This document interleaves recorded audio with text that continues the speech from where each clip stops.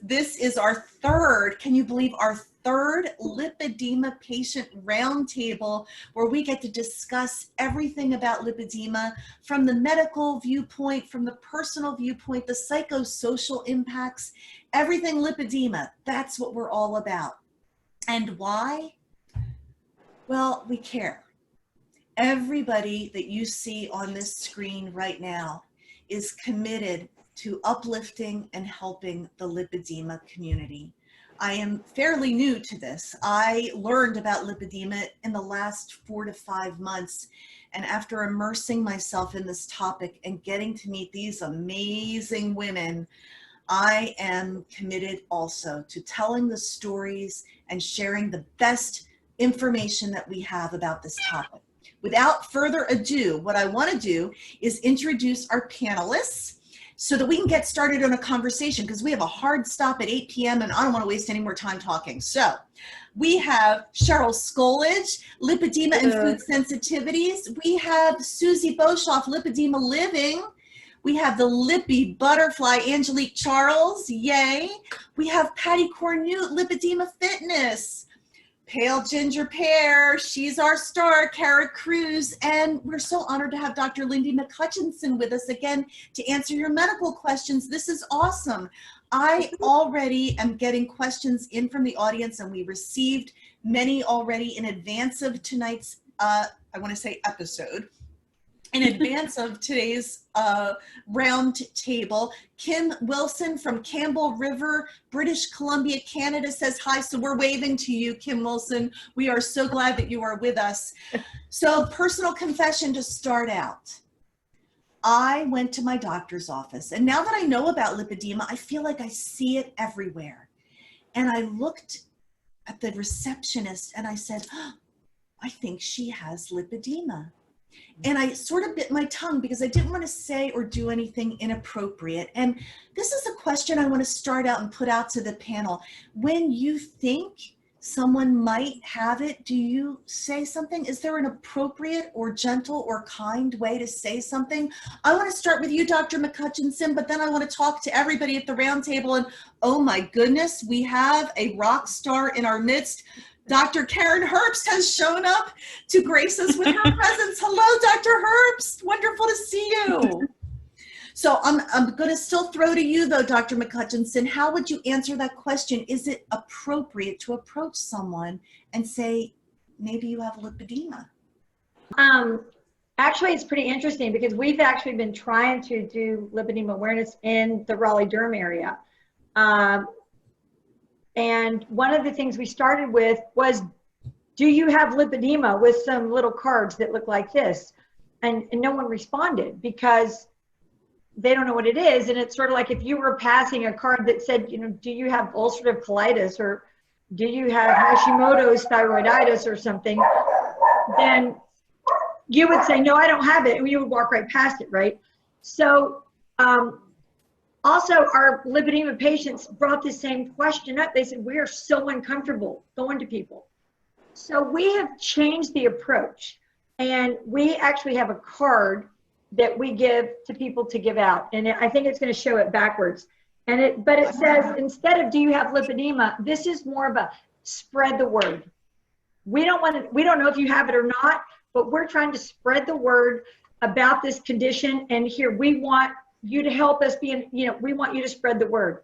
And so we actually give our patients a stack of about 10 cards. So they can just go up to somebody and go, you know, we're just trying to spread the word about lipedema. And so that has been the way that we have found that it has been it's not an intimidating way, it's a helpful way, it's not a judgmental way, and we just say, you know, help us spread the word about this condition. And that has been the approach that we have found is most effective. Well, I think that's really wonderful, especially since you have a place to direct them to. Right. There are a lot of women out there who think that they might have it or don't even know, but they don't have anywhere to go or even to get diagnosed. So there's that disconnect as well. But I want to ask you, Pale Ginger Pear, you had an opinion about this. Yes. I actually just talked about this on a live that I did over the weekend with my friends. I do approach people, but I've always been the type to approach people with being the bold redhead. But I go up to them and I just kind of say, like, I can read right away body language of like how I approach people if they're like gonna even listen. So a lot of them, if they have a tattoo, I kind of lead with that and connect with tattoos and kind of bring it up about how like it was more painful in certain areas because of the lipedema, and then I explain what it is that way and kind of work it in. If I just see them, say like we're getting where it's fall and winter and everybody's covered up more and I can't tell if they have any tattoos, I just see the shape, and then I'll approach it with like, you look a lot like me either at an earlier stage or the same stage, and I wish somebody would have told me years ago. And I said, and I'll say like, this means like, I'm not trying to be insulting or like hurt your feelings or anything like that. And if you don't want to look into it, you don't have to look into it. But I want you to know that if you feel crazy because you can't lose weight in your legs and arms, it's a real thing. And I kind of go about it that way, and I'll direct them to like my Instagram, or I'll ask for their email, and then I'll send them links where like Dr. Schwartz is talking about it or my story about it, and kind of approach it of like, I've suffered for years and I don't want someone else to. And just kind of go about it that way. We are all about wanting people to feel good about themselves. We don't want anyone to feel judged, but we know the difference between getting help and finding hope. And I think that's what we're all talking about here. Pattie, you're very sensitive about how you approach this, and you actually have a unique method, don't you? I do. I have a Lipedema Triathlon baseball cap, and I tend to wear that whenever I work out. And I usually start with myself. Like if there's somebody that I kind of get in a conversation with, I kind of gear it towards myself and what I'm dealing with. And a lot of times that will lead into them saying, wow, I have that. And then we can have a conversation about it. So I tend to put it just all on me. And I will get people randomly asking me who don't even, suspect that they have lipedema. They'll see the hat and they'll be like, what's lipedema? What's that triathlon that you're talking about? And then we just kind of get in a conversation that way as well. That's a great point. And I also want to sort of correct what I said, because I said, at least Dr. McHutchison, you can direct them to your practice. But the truth is, each one of you are amazing influencers that can direct people to your support systems. And that's a great first start for everyone. How would you answer this question, Siouxsie? Actually, that's so funny. I didn't even think about it until Cara was giving that example, but that's exactly what I do. Like I'll talk about Lipedema Living, and especially now to people that I think have it, that are already friends. And I'm like, oh, well, yeah, I launched this blog and I've been doing very active in this community. And they're like, what is it? And I tell them, they're like, wow, I have that. I did think. That's good. That's really good. And I want to give both of you a chance to weigh in. Lippy Butterfly, if someone had approached you and said, I think you might have lipedema, would that have worked for you? At the time, before I found out that I had lipedema, I probably would have rejoiced to have found out that there was something, an answer for why I was swelling like this. One of the reasons that I really wanted to do something like Lippy Butterfly is because the onset for me was in childhood.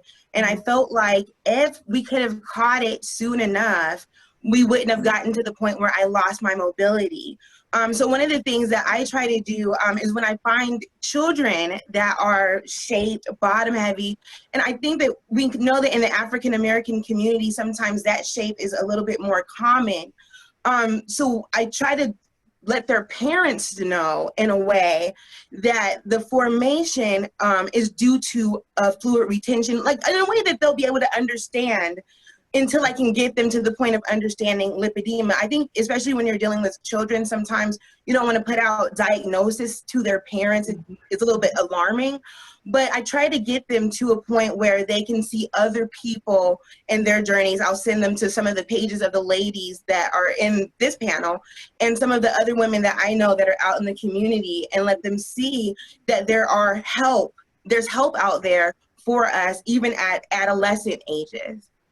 I love how you've each taken your own diagnosis and moved with such power to uplift everybody. I mean, people can feel your energy when you're talking, Lippy Butterfly. It's awesome. What about you, Cheryl? We will end this question with you. What do you think?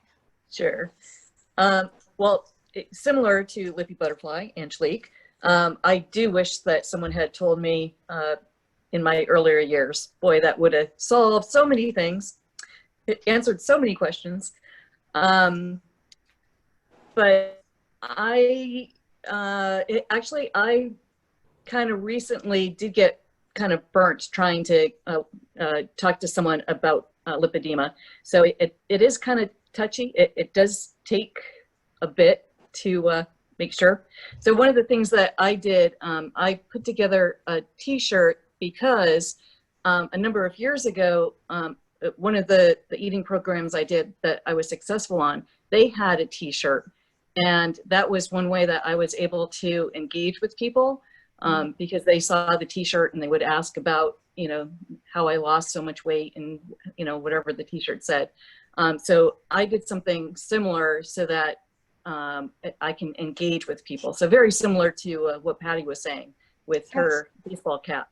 And so we don't always say everything correctly. I admit to that. And the best thing I can do is back up gracefully and say, oh, I'm so sorry. I really didn't mean any harm here. I only meant to help. And then we learn and then we move on. And speaking of t-shirts, has anybody noticed what I'm rocking here? Beautiful, isn't it? I have my very own Pale Ginger Pear t-shirt that came in the mail today. And Cara, I want you to have a chance to mention what this fun fundraiser is all about for you. Yeah. So as a lot of you know, I'm on my surgery journey here, and I am trying to get my third surgery done on October 1st. And I know that a lot of people, myself included at times, have kind of wanted something for our donation. Like, we don't just want to like hand over hard-earned money, especially in this kind of crazy pandemic time. So I started some shirts. They are currently in 2 styles and 2 colors, black or white, V-neck, and the V-neck goes up to a 3X, and the classic tee goes all the way up to a 6X. So there is a big enough size to cover the lippy hips. And the 3X in the V-neck cover my hips, and my hips are still measuring about 68 inches at the widest spot. So even the 3X is a pretty good size. So they are available at palegingerpear.com or message me through my Instagram and I can definitely set that up. They are $29.99. That includes shipping. US, I'm working on the international pricing. Well, we are happy to support you, and we love your voice as part of this panel. And I'll send all of you a link to this presentation tonight, and I'll send you a link. So if you want to support Pale Ginger Pear, you can do that too. And plus, I love my t-shirt. I think it's cool, and I love the logo. So we have some medical questions we would love to get into, and I'm going to start with the hardest word that I tried to practice before we started recording, which is glucosaminoglycans.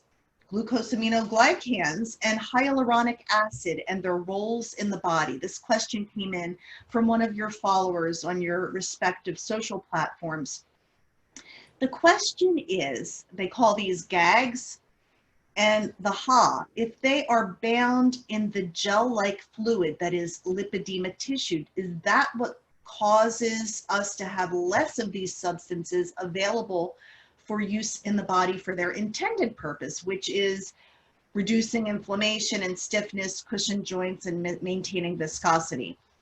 I know that some of you might think I butchered that question, but I would love some help on that. And I know we have Dr. Herbst who joined us, but also you, Dr. McHutchison.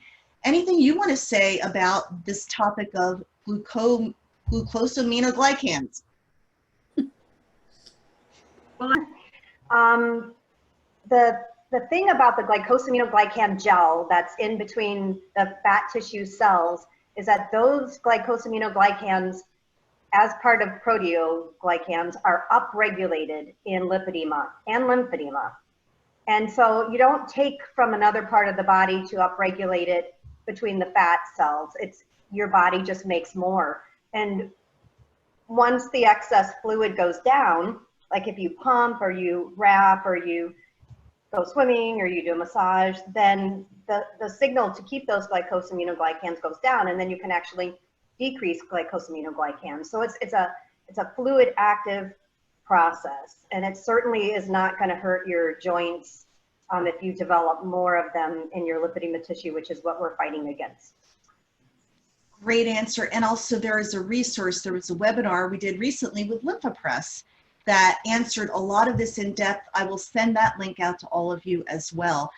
We also had a question about, and this really touched my heart. Someone wrote and said, how can the lipedema community support those of us suffering from lipedema as well as eating disorders?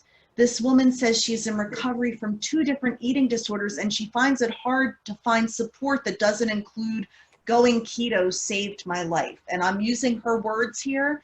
Does anyone want to speak to that? Does anyone know of a group that specializes in helping people with eating disorders, or is it common that there might be an eating disorder and lipedema? I see you nodding, Cheryl. What do you think? Yeah. Well, I know in our group, the food sensitivities group, we have a ban on saying anything about calorie restriction. So if anyone posts anything about calorie restriction, we end up banning that, because we have found that there are a number of lipedema ladies in their desperate attempts to try to control the amount of fat that they have, that they've cut their calories. And I've heard of women who have cut calories to 600, 900 calories a day in that desperate attempt to try to lose the weight. I mean, myself, I've done that in the past. I know as a teenager, I was very desperate to try to lose weight.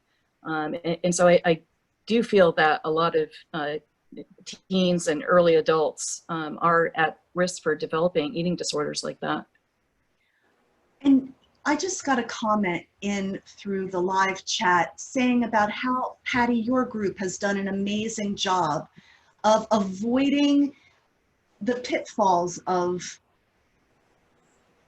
the conversations that can be so harmful to people that are struggling to deal with their lipedema. Do you mind speaking to this issue for us, Pattie?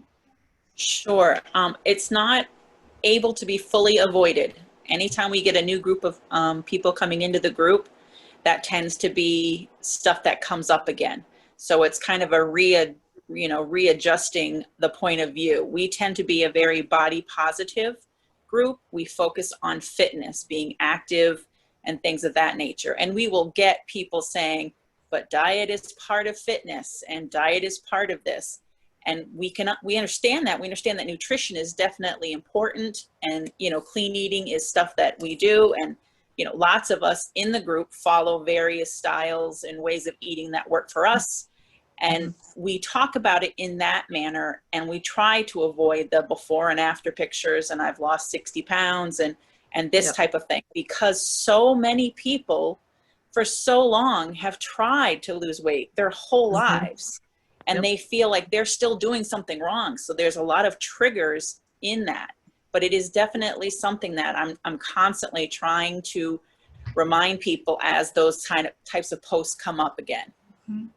I'm really glad you spoke to this. Does anybody else want to weigh in on this topic before we move on? Because I think it's an issue that we need to be very sensitive about. And this actually speaks to a comment that just came in, a question actually. This woman says, and I don't know her name, she says, having lived with this for 30 plus years, I finally had a physical therapist who specializes in lipedema and lymphedema tell me it's not your fault. It absolutely rocked my world, she says. I wept. I felt as though I'd just been filled with helium, floating in a new place of self-awareness and grace and forgiveness. Powerful stuff to hear. It's not your fault. I know that you've used those words, Dr. McHutchison, in a blog post that you wrote for Learn and with in concert with us. The not your fault message, that's really important. I think one of the things that I personally do is I am sort of like Pattie. I try to put a positive spin on it in general, and I hope I'm answering the right question. The dog was just distracting me. I actually try to validate the person, and I spend a lot of time apologizing for all those before me who told them to diet and exercise, and I actually really try to give a lot of validation to them. And I apologize to them for all those before me who said diet and exercise. And so I approach it in a validation point aspect. Certainly try and remove any shame and try and put a positive spin on it like the rest of you do. Excellent. Love it. Before we move on, any other comments about that? Go ahead, Dr. Herbst. Well, I think that the only thing that you'd want to avoid is processed sugar. And if we go back to the glycosaminoglycans are sugar. And so when you eat just plain sugar, you actually build up more glycosaminoglycans. Everything else is, go ahead and have it. That's really good to hear. In fact, we just had our friend Nita Cluis. Hi, Nita. We love you out there. She just mentioned a book that talks about sugar, and so you just supported that, Dr. Herbst. That's awesome.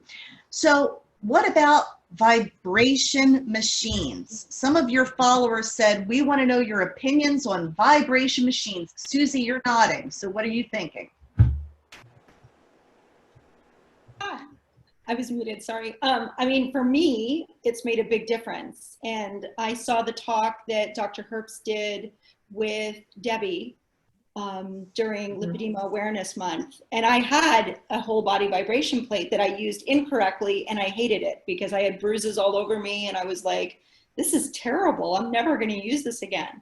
But I pulled it out after that. I messaged Debbie. She walked me through a few things because it is a thing that you should know how to use properly. She explained it to me, and she was able to guide me. And the amount of fluid that I'm able to move, that with swimming has eliminated my pain down probably 60%. I would say the lippy pain is down. Whoa. From that since then. That's great results. Yeah. It still gets flared if I eat the wrong thing and blah, blah, blah. But my everyday inflammation and pain is under control, which it definitely wasn't before. So that's all I want to say about that.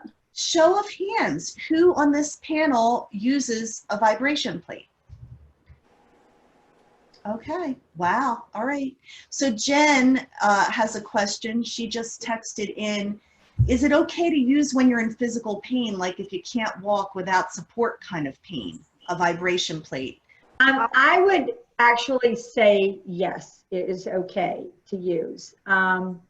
I think you have to use it carefully. I think you have to be careful not to increase your pain, but if the pain is because of inflammation, and if it is because of some of the congestion in the tissue, and if the vibration can help mobilize some of that, like it does for Susie, then I think that if the pain is not so severe, that it's something that you can tolerate the vibration plate, and you starting to feel a little bit of relief, then yes. If of course the pain gets worse, then get off of it. But I think that yes, I think it could be a potentially good therapy for someone who is in pain.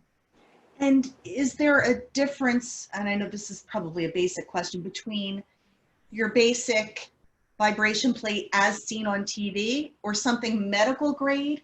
Is there something that people that are in the market for one need to look out for?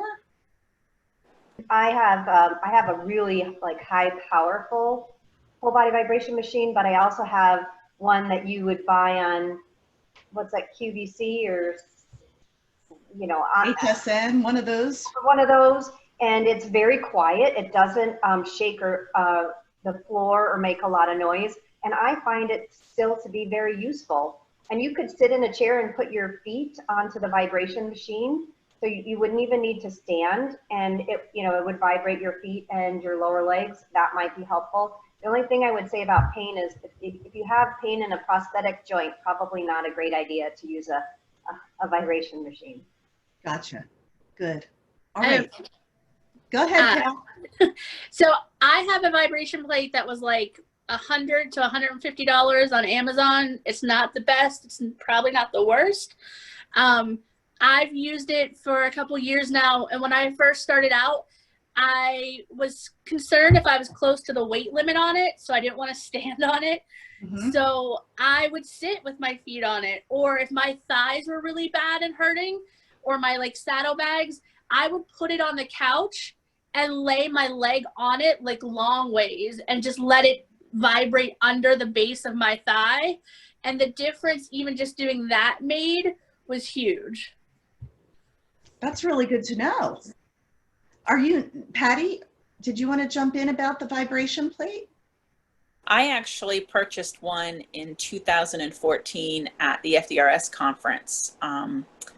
It was a really nice machine. It's, you know, high-end machine. I still use it every single day since 2014. And then I bought a second one, like Cara, you know, from Amazon, that we take with us traveling. So we have the box and we put our return address on it, and it gets shipped with us when we're flying. And that has made a huge difference in getting off the airplane, getting to the hotel, and being able to do that. And just that, and if I can get in the pool at the hotel, it's just a huge difference in the level of pain from that type of stuff. Wow, that's really good to know. So we had another question about manual lymph drainage. Do we need to do it daily? And if so, where do you go to learn how to do it, or who to go to? And so I think the question is really twofold. First of all, does it need to be every day, and can you do it yourself? And if so, where do you learn how to do it? I mean, this question has a lot of different tentacles to it, but how many of you panelists get manual lymph drainage regularly? Okay, so less than 50%. Could our doctors weigh in on this and let us know what they're thinking? And is it something that you can do for yourself? I mean, I think that there are some aspects that you can learn to do yourself, especially on the front part of you. It's very difficult, of course, to do the back or posterior part. I don't think there's any question that manual lymphatic drainage is helpful with lipedema. I have never taught anyone to do it. I'm not trained to do it. I'm just trained to recommend it. And so, and we do recommend it. We know it's helpful. It helps almost everything if you can find the right therapist to do it the right way. Some therapists that just are pure lymphedema, the lipedema patients feel like they're just getting their skin moved around. And if they don't feel better afterwards, then it's not the right therapist. So that's difficult. Dr. Herbst has been quoted many times saying that if you can't get manual lymphatic drainage, get in the swimming pool. And that would pretty much replace it. And I agree with that, because the way the pool works, you don't even have to swim laps, you just have to stand there. And if you understand the physics of the pool, it makes sense. So when you're wearing a 20-30 stocking, that means it's 20 to 30 millimeters of mercury at the ankle. Then it's about 70% of that at the calf and 40% of that at the thigh. So it's graduated, and it's more, less, and drives the fluid out of the leg. Well, when you look at a swimming pool and you look at the hydrostatic pressure of water, it has three components to it. It has gravity, which is fixed, the specific gravity of water, which is 1, and that's basically fixed. And then you have depth. So the only thing you can change is depth to make it more. And if you're standing in 4 feet of water, the hydrostatic pressure at 4 feet where your ankles are is actually 70 to 80 millimeters of mercury, which is a lot. So that's why the pool is so incredible. And you just have to stand there. If you want to walk, you can get some resistance training. You don't have to swim laps. You just have to stand there, and the water is going to do the work and slowly drive it out of your leg. and it gets less and less and less as you get to more and more shallow water. So I think the pool is an incredible therapy if you can find one. If you can get a manual lymphatic therapist and get good MLD and someone that really works with you, if your insurance can cover it, it's very expensive, sadly. So I think they're both great. And if you can get MLD, wonderful. If you can learn to do it yourself, better. Or if you can train someone in your home, your husband or someone, great. But if not, get into a pool. I love it. Get into a pool. And that really dispels the myth about pressure. I mean, come on, pressure works. In fact, we have a question about pressure and massage that came in as well. Kathy, we appreciate you being out there. She said that we're all such a blessing. Well, you're a blessing for being with us tonight. We love having everybody out there. She said, if I get a deep tissue massage, what do I tell them I want it for? Is it to remove fibrosis? Question about fibrosis, explaining fibrosis and how to deal with it, and is deep tissue massage a good way to go? Fibrosis. I feel like Karen needs to answer that. I mean, Dr. Herbst, sorry. Karen, listen, we first of all are totally fangirling about you being here. We're like, yay. We're so surprised and delated. But now that you're here, we're going to put you on the spot like regularly. So talk fibrosis to us. So fibrosis is the end result of inflammation in the tissue. And lipedema is an inflammatory disease, as is lymphedema. And the way the body tries to control inflammation out of control is to just fill it in with scar tissue. And that's what fibrosis is. And there's different degrees of fibrosis. And a lot of what we see in lipedema is reversible fibrosis. And so you can't just do MLD for well, okay, I'm gonna take that back. You can just do MLD for fibrosis because LANA certified therapists have been taught to treat deeper into the tissue when fibrosis is present.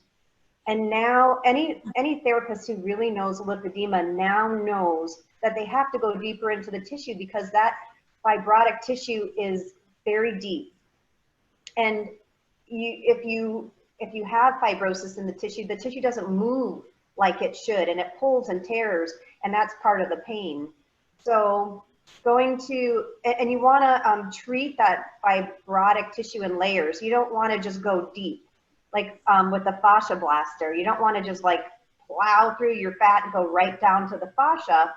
You have to realize that fascia is at every level of the fat tissue, including in the skin. So you want to go in layers, go slowly, and you can go deep over time as your body tolerates it.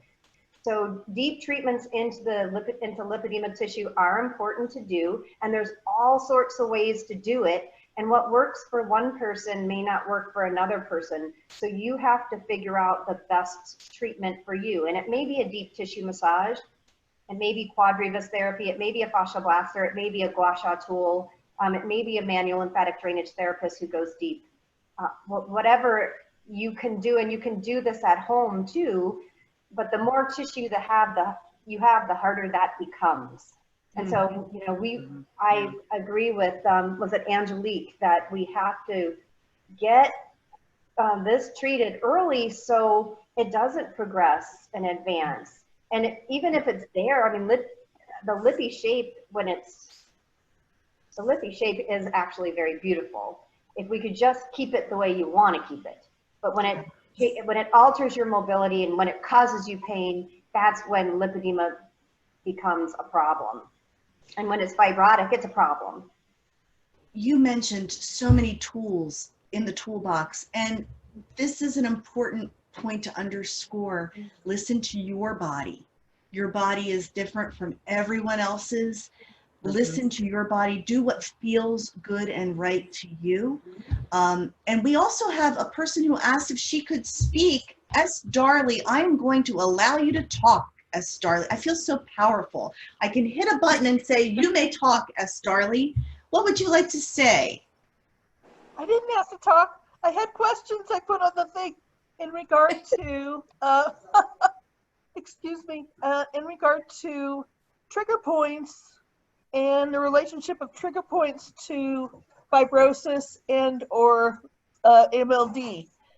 Are they separate entities, or is there any kind of a correlation between trigger points and the things we're trying to work on with MLD? Good question. Who would like to answer that? And I'm going to mute you now, S. Darley. I can try to answer that. I know that, you know, trigger points are classically muscles and fascia that have contracted and you're going to work it out. But you can get trigger points in your lipedema tissue because anywhere you have fascia, that fascia can contract. And I have seen recently during liposuction procedures that the superficial fascia, so there's two layers of fascia. There's the superficial fascia and then there's the deep fascia. The deep fascia is right over the muscle. The superficial fascia separates fat layers. So you have two lines of dense fascia. That fascia is almost gone in some ladies with lipedema. Almost gone. Like it's not there. And so when you try and walk and get your lymph to pump, your fascia needs to pull up against your muscle and help with that pumping. It can't do that anymore. So trigger point, I think you could have a trigger point anywhere in lipedema tissue. And I think that you have to continuously get that fluid out of your tissue any way you can to prevent the breakdown of your fascia and the development of other trigger points. So I gotta bring up the pneumatic compression pump, the Lympha Press, for a moment, because, and this is my standard phrase, but I must tell you, it is the only FDA cleared device indicated for the treatment of lipedema. Some of you here, who's using a Lympha Press Optimal Plus right now? Yep, okay. So that is another way of moving that fluid. I would love to hear from someone who's using it, their experience as well, because, you know, Lympha Press is sponsoring this and I got to give them propers. So the Lympha Press pumps have been shown to decrease fibrosis. Pumps have been shown to improve lymphatic flux. You increase lymphatic flux, you move those glycosaminoglycans out of your tissue. So win, win, and win.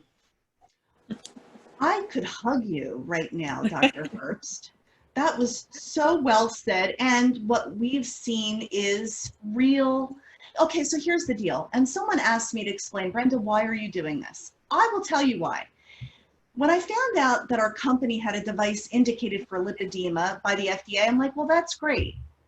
But what about real people? And that's why I wanted to make sure I heard from real people what it really does. And when I was hearing that it reduced pain and it increased mobility and that, you know, even in some places fat pads disappeared, I'm like, this is awesome. And then I met all of you and I fell in love with all of you. So this is a big old love fest. And anybody that is interested in a Lympha Press, I would love to help you out. But Cheryl, what was your experience? So I'm still using a lower pressure with my Lympha Press, and at the about the same time that I started using it, I also, because of Dr. Herbst's previous presentation, I'm trying to get my legs warm and then vibrate to try to break down some of that gag, and then I use the pump, and that traditional fat pad that's below the knee, that has disappeared. So I'm really pretty excited about that. We're excited about it for you too. And of course, I saw you, go ahead, Pale Ginger Pear. I know you had your t-shirt on. I love my pump. I love my Lympha Press. Yes, I like Cheryl. I tend to do a hot-ish shower, get my legs warm, do a couple minutes on the vibration plate to get it like good and itchy and moving, and then will completely ungracefully shimmy my way into the pantsuit and zip myself up there and spend, you know, anywhere from an hour to an hour and a half in it, depending on how my day was and how my legs felt. It was great right after my second surgery because I could start the pre-warm-up or whatever it's called on my hip area where my surgery had just been, and could really kind of tackle that swelling and like the fibrosis in that area from just having surgery on the saddlebags. So that was great that it actually came up high enough and tackle that area for me. And then I love the fact that I can go to my app and switch it up. And if I've been sitting at my desk all day for work, I can have it start at my feet and ankles and get that extra buildup that's pulled down there from having to sit for work all day, and get that up and moving out. And so I love that I can change it up for how my legs are feeling that day and get like kind of a very customized plan for what I need. That's awesome. I'm so glad. That makes me really happy to hear that. And there are a lot of women who choose to have surgery, and they're finding that the Lympha Press is a great complement to it. So enough of that commercial, everyone, but I do feel like it's important information because we all want to know the different tools in the toolbox to get better and to help this condition. So we had another question that came in about the fact that bariatric surgery will not rid the body of lipedema, but her doctor has recommended a gastric sleeve to get rid of non-lipedema fat to help with mobility and function. Has anyone had successful results with bariatric surgery for overall health? This patient has lipolymphedema, and she has had 4 wall procedures. I guess that's water-assisted liposuction procedures to help with heaviness and pain. So the question is about bariatric surgery. Has anybody on this panel had that? Lippy Butterfly, please unmute yourself. Let us know what you think. I did. I had a gastric plication in order to try to prevent myself from losing my mobility.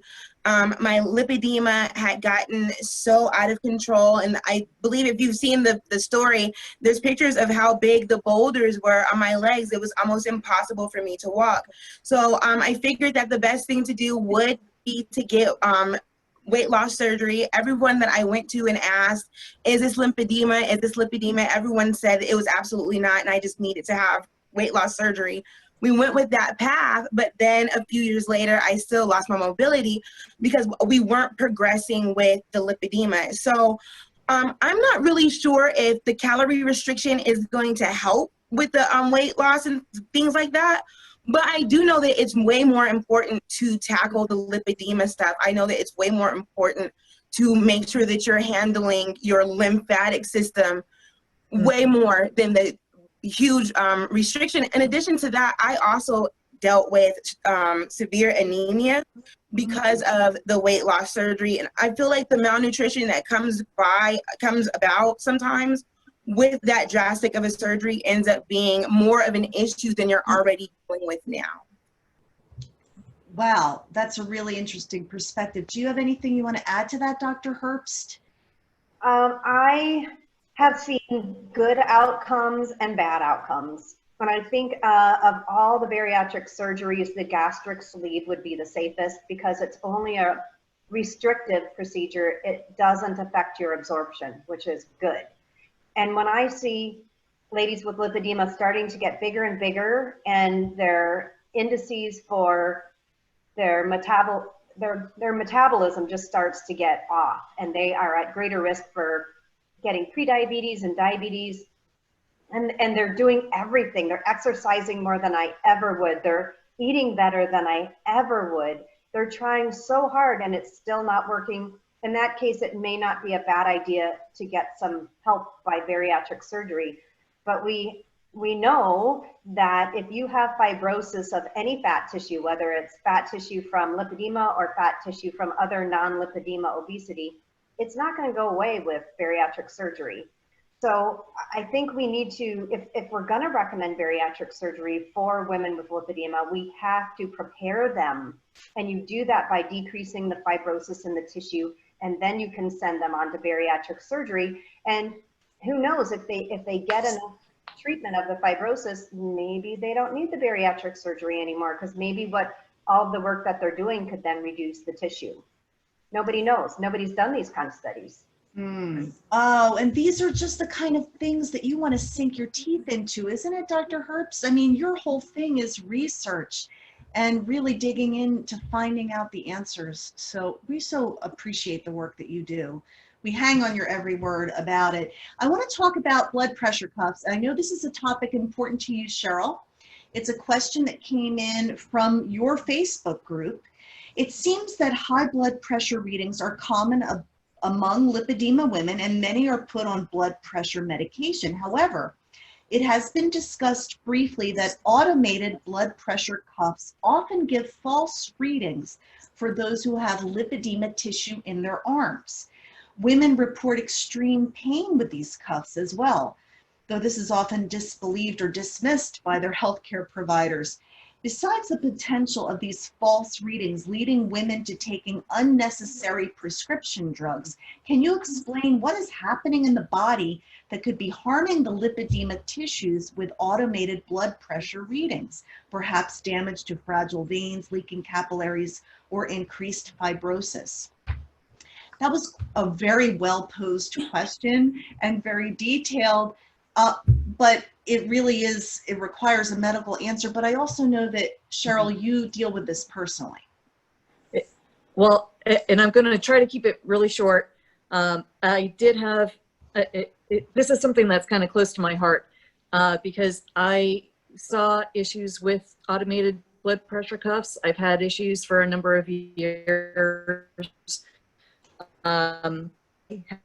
A medical professional do an automated cuff on one arm and a manual cuff on the other, and there was a very large difference between the two cuffs. My understanding is that the automatic cuff overpressurizes and pushes fluid into the interstitial spaces, causes immediate pain, and so we have an incorrect number on the cuff. But I'm sure Dr. Herbst has a much better answer, so.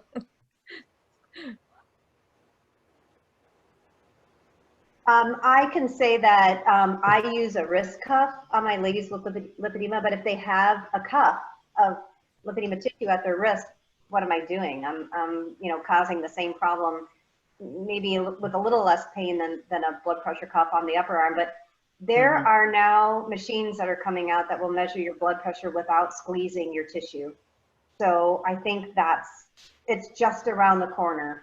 And once those are out, then this will be a moot point. But I do agree that it's very damaging to the tissue. And that area where they put the blood pressure cuff, if you have lipedema fat under your arm that's heavy, it pulls the tissue down there and it creates kind of a divot. And divots aren't good because that is showing that you've got loss of tissue, loss of fascia, and the protection for your muscle and underlying dense fascia is gone. So I think this is gonna all go away, and you should look for other means of measuring your blood pressure. I have a watch that I wear and it measures my blood pressure. So you could write it down and say, here, I've measured my blood pressure at home, and look at, it's this or that. And you can just say, I don't want my blood pressure checked. Unless you're there for blood pressure medication, or that's your specific visit, is that your blood pressure is increasing. And we showed that blood pressure does increase with stage of lipedema. Got it. Great answer. We appreciate that. Does anybody else deal with unique? I just went to the doctor and I had to explain something, practically coach my doctor on my condition when I went. You're nodding, Pattie. I feel for the lipedema community, because oftentimes, like, we are here and we have Dr. Herbst and we have Dr. McHutchison, and they are experts. Oh, if we only could replicate them around the country. And we know that there are good people that are committed to this disease condition, but not enough knowledge. And so do you do a Reader's Digest version, Pattie, when you go in to the doctor and say, look, here's the deal.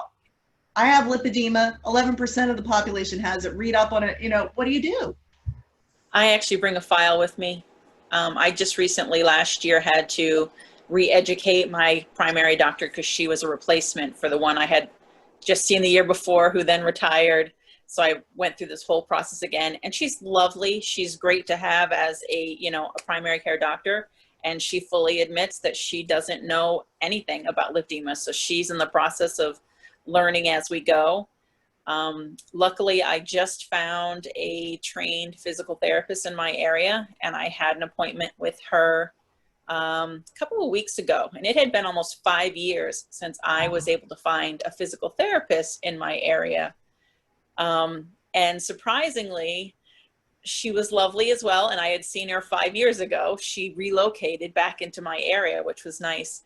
And she said, you know, quite honestly, you know more than I do. You've been at this for so long. You do all your research, you're pumping, you're rebounding, you're in the pool, you're using vibration, you're doing self MLD. She's like, there's not really much more I can do for you. My copay is a pretty high copay. So she was like, you know, it doesn't warrant you coming in to have me do MLD on you when, you know you know how to do that yourself. And what you're doing is already moving your lymphatics. So it's highly frustrating to find a trained professional who knows what lipedema is, who will listen to you and believe you. A lot of the members in my group talk about, you know, doctors telling them they just need to eat better and exercise. And, you know, it's just incredibly frustrating. That is frustrating. And go ahead. I see your hand, Pale Ginger.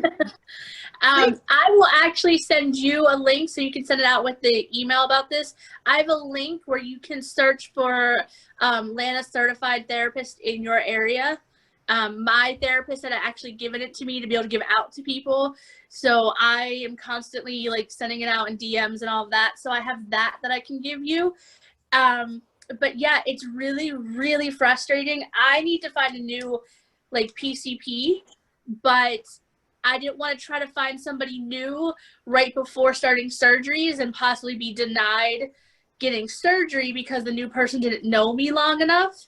Mm-hmm. But I mean, my PCP, the first thing he said to me was, I could understand why you would want to take the easy way out and get surgery.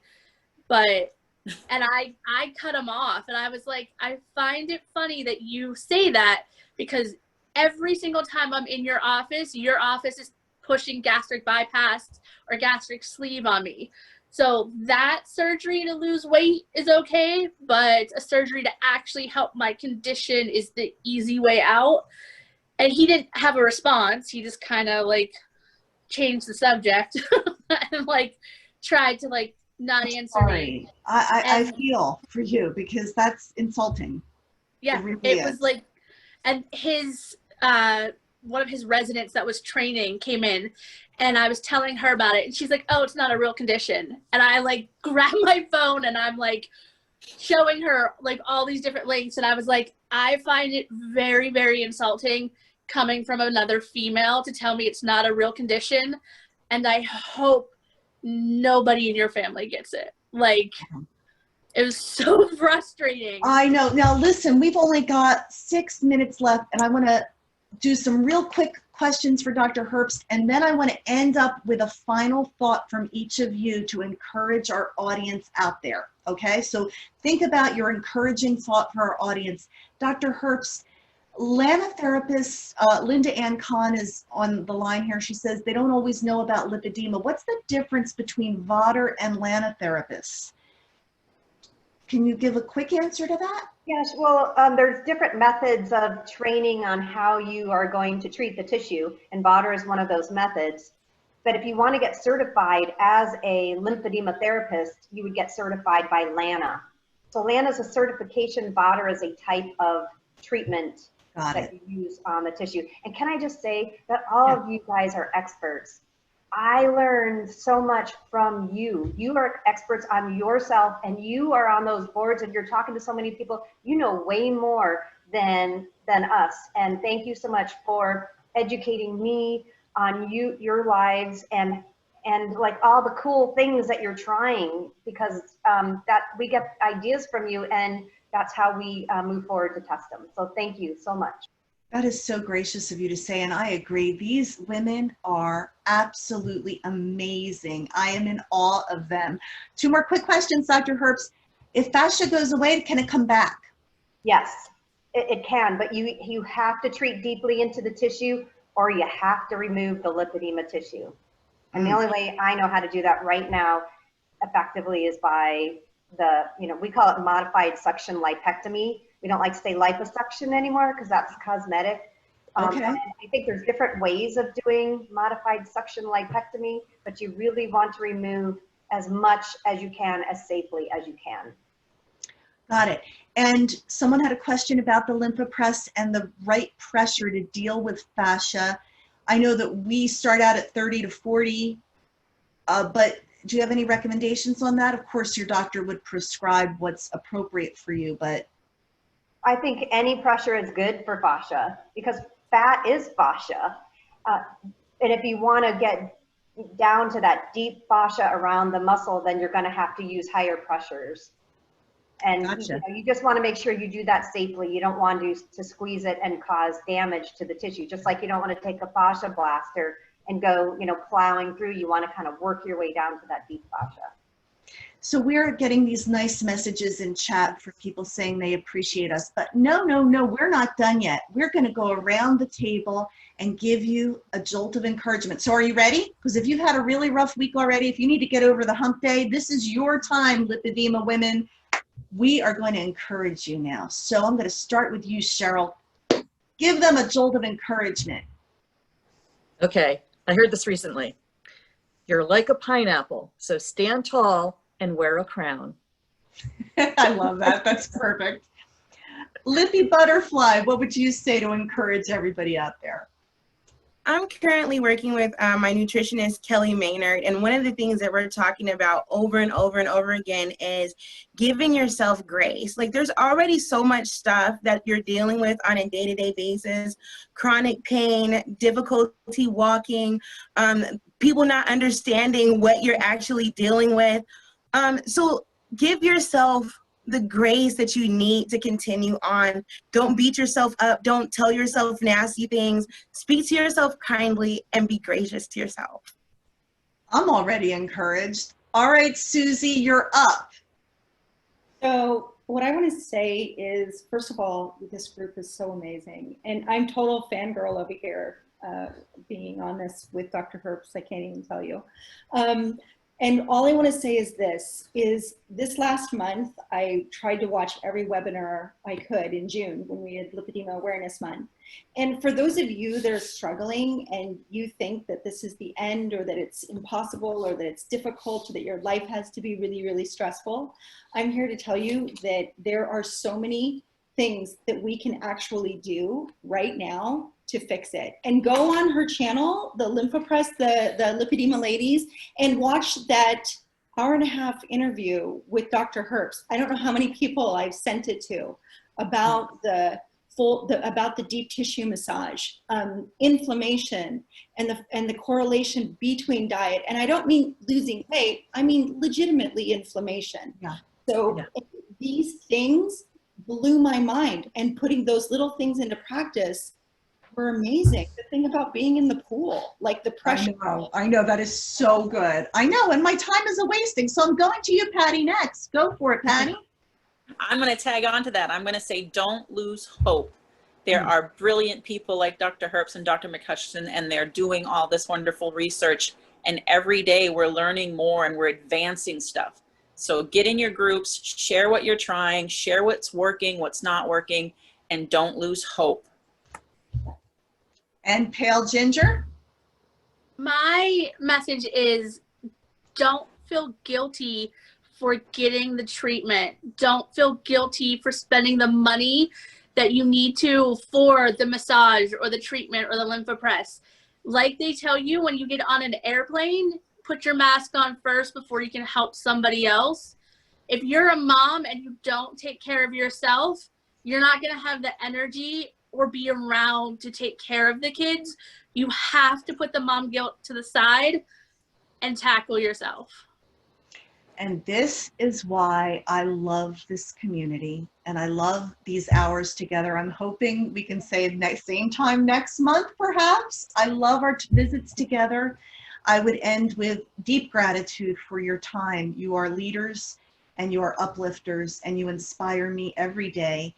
Dr. Herbst, Dr. McHutchison, Oh, you're amazing. And I will leave you with this. You are worthy. You are worthy, you are worthy, you are worthy to take care of yourself, and you're not alone. And if we could all link arms, we're with you. We're with you with big hearts and big love, and more soon. Thanks everybody for joining us. Have a great night. Bye.